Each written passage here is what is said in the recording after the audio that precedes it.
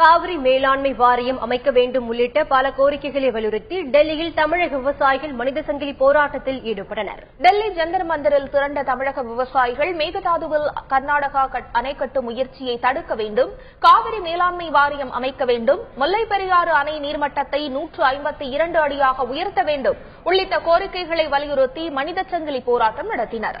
விவசாய கடன்கள் தள்ளுபடி செய்யப்படும் என்ற அறிவிப்பு பட்ஜெட்டில் இடம்பெறாதது ஏமாற்றம் அளித்துள்ளதாக விவசாயிகள் தெரிவித்துள்ளனர். கெயில் திட்டத்திற்காக விவசாய நிலங்களில் குழாய்கள் பதிப்பதை தவிர்த்து மாற்று வழியை செயல்படுத்த வேண்டும் என்று அவர்கள் வலியுறுத்தினர்.